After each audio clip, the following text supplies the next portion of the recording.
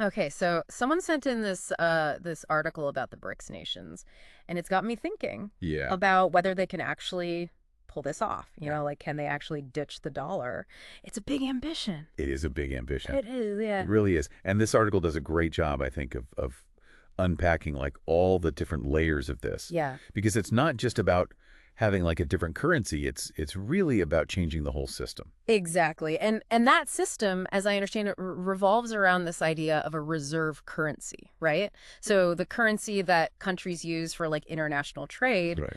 they're reserves, they're savings Yeah. basically. Yeah, exactly. And for a long time now, like for most of a century, that's been the US dollar. Right. But the article makes this really interesting point, which is that there have been other currencies that held that position, Yeah. in the past. Of course. And I think it's actually really fascinating to go back and look at how those shifts in power happened. Yeah.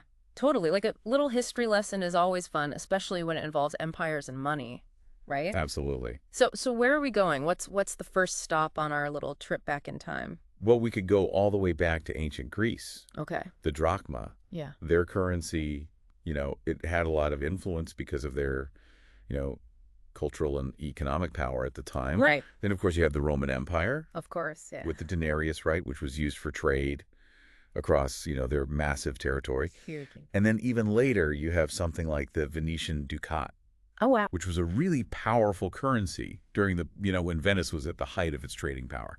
So there's a clear connection there between a nation's power and the power of its currency, right? Like the stronger a nation is, the stronger its currency becomes. Yeah, you could almost say it's like a self-fulfilling prophecy in a way. Totally.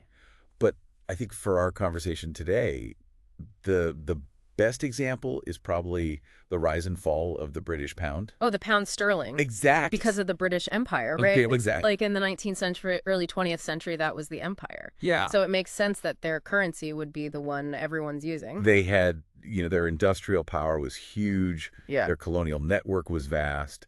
So that really cemented the pound's position. Of course, until the World Wars, right? Yeah. That must have been a big turning point. The world wars were devastating for Britain. Yeah. Economically and just in terms of, their global standing. Yeah, and that obviously had to have had some kind of impact on the pound, right? It definitely shook confidence in the pound. And by the time you get to the Bretton Woods Agreement in 1944, Yeah. which is really what paves the way for the dollar's rise, Yeah. the pound had already lost its grip on that top spot. So history might not repeat, but it definitely seems like it rhymes sometimes. Yeah, I think that's a good way to put it. So if major global events could shake the mighty pound, is it crazy to think that something similar could happen today? Like, could we be on the verge of another big shakeup in global finance? It's a question a lot of people are asking. Yeah. And yet the dollar's still strong, but I do think there are these cracks starting to show. And a lot of that has to do with what the BRICS countries are trying to do. Okay, so what is driving this then? Like, what's behind this move away from the dollar? Is it just about these countries wanting to like be the big players on the world stage? I mean, that's part of it for sure, Yeah. especially for a country like China. Right. But the article also brings up these like very practical concerns. Okay. And one that I thought was really interesting is what you might call like the fear factor. The fear factor. Okay. And this is a direct result of what happened with Russia after they invaded Yeah. Ukraine. Yeah, with all the sanctions and like getting cut off from SWIFT. Yeah, like getting frozen out of the system. Yeah, I mean, nobody's ever done anything like that before. Right, exactly. And I think for a lot of countries, it was a wake-up call, Yeah. Like, oh, wow, the U.S. and its allies will actually use their financial power like that. Like it has a weapon. Yeah, and I think for countries like China that have their own ambitions and also, vulnerabilities, Right. it makes you think twice about being so reliant on a system that can be used against you. Totally. It's like one thing if you're the one setting the rules, Right. but if you're not, and those rules can be used against you, Right. well, That different story.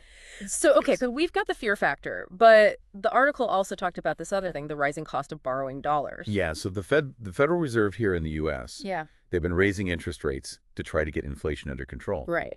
But those rate hikes, they have a ripple effect globally. Yeah. And for developing countries, a lot of them have a lot of debt. Right. And it's mostly in dollars. Yeah. So when interest rates go up, it becomes much more expensive for them to make payments on those loans. And that's gotta hurt. It puts a huge strain on their economies. Yeah, and I remember the article mentioned some specific countries that are actually starting to look for alternatives to the dollar. Yeah, they talked about India, Okay. Tanzania, Kenya, Mm. places like that. So they're making deals in other currencies. Yeah, you see more and more of these agreements where they're using their local currencies instead of the dollar.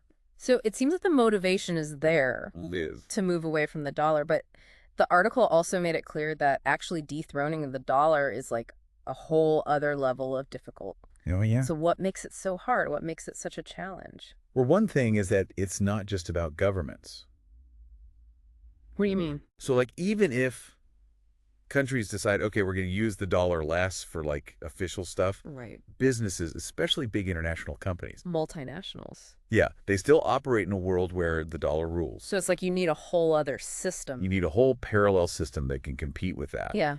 And that's where this idea of network effects comes in. Network effects. Yeah, it's basically this idea that the more people use something, the more valuable it becomes.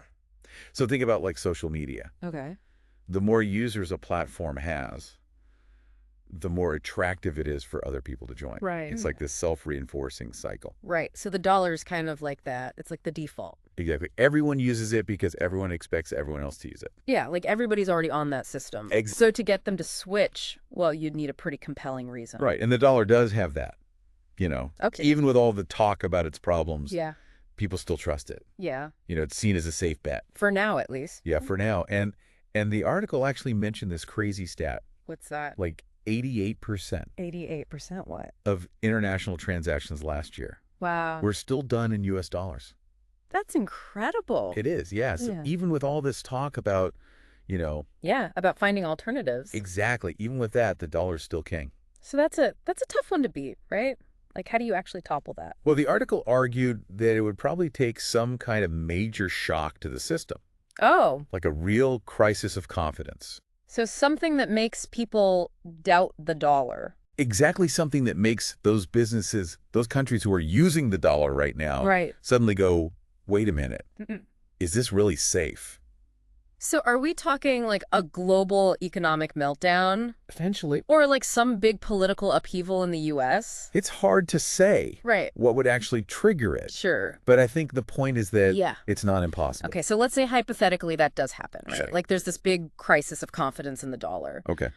Are the BRICS countries ready to just step right in and take over? Like, would we see a BRICS currency become the new top dog? It's a good question. Right. And to be honest, I'm not sure it would be that simple. Okay, how so? Well, first of all, the BRICS countries themselves. Yeah. They're not all on the same page. Yeah. It's not like But- they're all best buddies. Yeah. Exactly. They have different interests, Yeah. different strengths and weaknesses. Totally. So even coming together as a united front, Right. that's a challenge. And even if they did, I mean, would people trust a BRICS currency? Exactly. Would it be stable enough? Those are the questions. Yeah. It's not enough to just say, okay, this is the new currency. Right. It has to actually work. It has to be reliable. So it seems like the dollar's dominance, it's not just about the U.S. anymore. Right. It's bigger than that. It's this whole global system. Exactly. And to really change that, well, it would take a lot more than just a new currency. It would take a whole new system. Well said. That is a lot to think about. Is. This has been a really fascinating dive into this whole world of global finance, It has. from ancient empires to the rise of the dollar.